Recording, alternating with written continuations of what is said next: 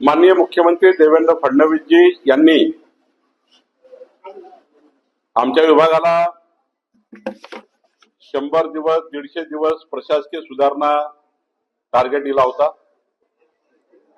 आणि या टार्गेटमध्ये मागच्या 2006 ला जो आकृतीबंध मंजूर होता महसूल विभागाचा 20 वर्ष महसुली कर्मचारी अधिकारी आकृतीबंद होत नाही म्हणून अनेक आंदोलनं करत होते। आपण बघितलं असाल तलाठ्याचे आंदोलन झाले, मंडळ अधिकाऱ्याचे आंदोलन झाले, तहसीलदारचे आंदोलन झाले, पण आकृतीबंद मंजूर होत नव्हता। पण आज शासनाने 35,876 पदांचा तलाठी ते ऍडिशनल कलेक्टर असा आकृतीबंद मंजूर केला। मुद्रांक महानिरीक्षकचाही आज आकृतीबंद मंजूर झाला, आयजीआरचा आकृतीबंद मंजूर झाला, जमाबंदी आयुक्ताचाही झाला। आता या आकृतीबंदामध्ये नव्याने 11 ऍडिशनल कलेक्टर कार्यालय, त्यामुळे नागपूरमध्ये आहे एक ऍडिशनल कलेक्टर कार्यालय, सोबत 8 एडीओ कार्यालय, 8 नवीन एडीओ कार्यालय, 69 अप्पर तहसीलदार कार्यालय व 2 तहसीलदार कार्यालय नव्याने शासनाने मंजूर केले। आणि यामधून आता जिल्हाधिकारी आणि विभागीय आयुक्त बसून सीमांकन होणार आहे आणि मग कुठलं हेडक्वार्टर असलं पाहिजे अप्पर तहसीलदारचं, कुठलं हेडक्वार्टर 8 प्रांताचं असेल ते हेडक्वार्टर, 11 ऍडिशनल कलेक्टर दिले त्याचे हेडक्वार्टर काय असेल हा निर्णय आता त्याची प्रशासकीय पुनर्रचना लवकरच होईल। पण मला या गोष्टीचा अभिमान आहे की देवेंद्र फडणवीसचं सरकार गतिमान सरकार, पारदर्शी सरकार आणि लोकाभिमुख सरकार म्हणून जे जनतेला प्रशासकीय कामाकरता हेलपाटा मारावं लागतं आणि एकंदरीत विकसित भारत 2047चा संकल्प आपण करताना प्रशासकीय सुधारणा हा अत्यंत महत्वाचा भाग हा प्रशासनाचा असतो, शासनाचा असतो।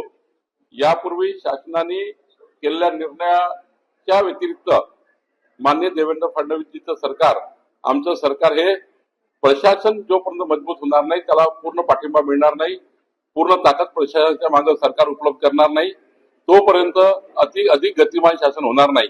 आणि म्हणून हा एक ऐतिहासिक आकृतीबंद 20 वर्षानंतरची महसूल कर्मचाऱ्यांची लढाई आता ही संपलेली आहे आणि एक मोठा त्या ठिकाणी हातभार महसूल विभागाला लागलेला आहे।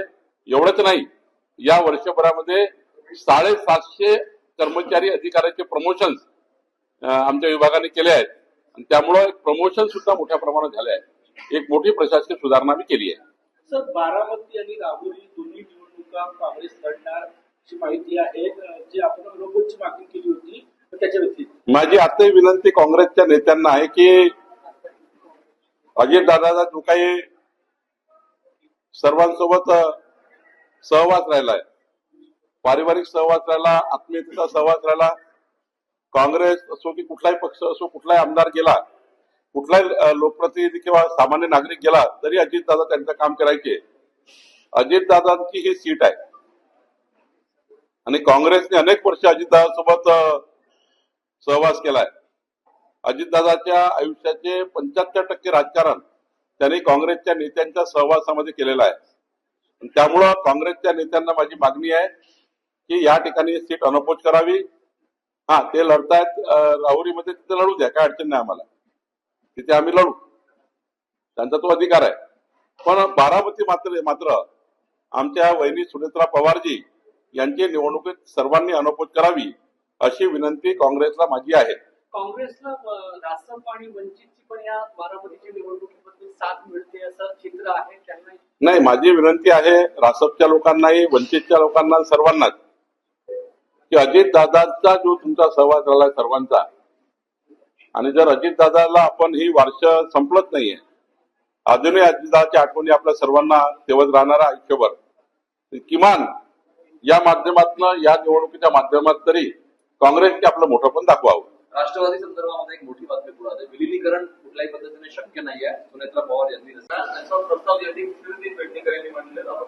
भावना चांगली आहे, भावना चांगली आहे आणि केलं तरी काय त्याच्यामध्ये वावलं नाही, भावना चांगली आहे। नरखेड तालुक्यात एक 15 वर्षीय मुलीचा बालविवाह होण्यात आला ते पोलीस केस झाली आहे, एसपी आमची कारवाई करताय. सभाने लेखिका आहेत त्यांनी मांडणी केली खराब प्रकरणामध्ये ज्या महिला आहेत त्यांच्यावरही कारवाई व्हायला पाहिजे कारण की त्या हिंदू बाबाकडे गेल्या स्वेच्छेने गेल्या. असं आहे, फसवणारे बाबा. आपल्या देशात कायदा आहे, कुणालाही त्या ठिकाणी प्रलोभन दाखवणे, कुणालाही त्या ठिकाणी अशा पद्धतीने करणे, त्यासाठी कायदा आहे. कायद्याने कारवाई होते आहे. सिंधुदुर्गाच्या जिल्हाधिकारी दोनविसे यांचा एक व्हिडिओ व्हायरल झालेला आहे. त्यामध्ये डान्स करता एका बाजूला आता अवकाळी पावसामुळे शेतकरी शिकत असताना जिल्हाधिकारी डान्स करताना व्हिडिओ व्हायरल झाला, संताप व्यक्त केला. मी जरा त्या ठिकाणी अधिक माहिती घेतो, माननीय मुख्यमंत्रीजी यांच्याही चर्चा करीन. आज तुमचा अमरावतीमध्ये शिक्षक मेळावा आहे, आगामी निवडणुकीच्या तयारीला लागलेला आहे का शिक्षक मतदारसंघाच्या? आमच्या शिंदेताईंनी एक चांगला मेळावा घेतलाय. निवडणुकीची तयारी खूप दिवसापर्यंत त्या करताय. तिथले भोयर सुद्धा निवडणुकीची तयारी करताय. त्यामुळं निवडणुकीच्या तयारीचा जरी भाग असला तरी एक महिला मेळाव्याच्या नात्याने मी जातोय. नागपूरमध्ये काल 2 शाळा अशा बाहेर पडलं प्रकरण. अल्पसंख्याक शाळा आहे, त्यांना मान्यताच नाही. 10 वर्षापासून सुरू आहे. जवळपास 450 विद्यार्थी आणि 75 शिक्षक आहे. 8 कोटीचा घोटाळा झालाय. शाळांचं आयडीचं दुसरं प्रकरण आहे. या संदर्भात काय करावं? चौकशी होऊन कारवाई करू. अनेक ठिकाणी सिलेंडरच्या रांगा तुम्ही मागायचे म्हणजे किंबहुना ज्याच्याकडे एक सिलेंडर आहे त्यांना मिळत नसताना आणि घरपोच सिलेंडरची डिलिव्हरी कुठेतरी थांबवली आहे. त्यामुळे एकीकडे रांगा दिसत असल्यामुळे अडचण निर्माण झाली. काही ठिकाणी भीती आहे लोकांना, उद्या काय होईल. त्यामुळे काही ठिकाणी आता खूप जास्त सिलेंडर उचलल्यामुळं वेटिंग आहे. दोन्ही भाग आहे. काही लोकांनी उचलले आहे त्यामुळे वेटिंग आहे. काही लोकांना गरज आहे त्यांची वेटिंग आहे. काही ठिकाणी थोडा पुरवठा कमी आहे त्याच्यामुळे वेटिंग आहे. त्यामुळे एकंदरीत सर्व ते असा एक त्याचा रोज तयार होतो. पाऊस झाला सर आणि एपीएमसी मध्ये ज्या पद्धतीनं शेडची आवश्यकता नाही, ताडपत्र्यांची आवश्यकता आहे. तराफे लावून ताडपत्री लावून काही ठिकाणी धान्य ठेवायची आवश्यकता आहे. तसं होत नाही. कळंब्यात खूप मोठं प्रमाण. मी सोमवारी याची बैठक घेणार आहे. सोमवारी एक एपीएमसीची बैठक घेणार आहे. तिथे खूप घोड चालू आहे. आता MNIची हे आलंच आहे कायदा, त्यामुळं तोही राष्ट्रीय बाजार समिती अधिनियम मंजूर झालेला आहे. त्यामध्ये त्या ठिकाणी चर्चा सुरू आहे. पण बाजार समितीमध्ये उघड्यावर धान्य ठेवणे, अवकाळी पावसामुळे शेतकऱ्याचं नुकसान होणे ही बाजार समितीची जबाबदारी आहे. याची बैठक मी सोमवारी घेणार आहे. सर महिला आरक्षण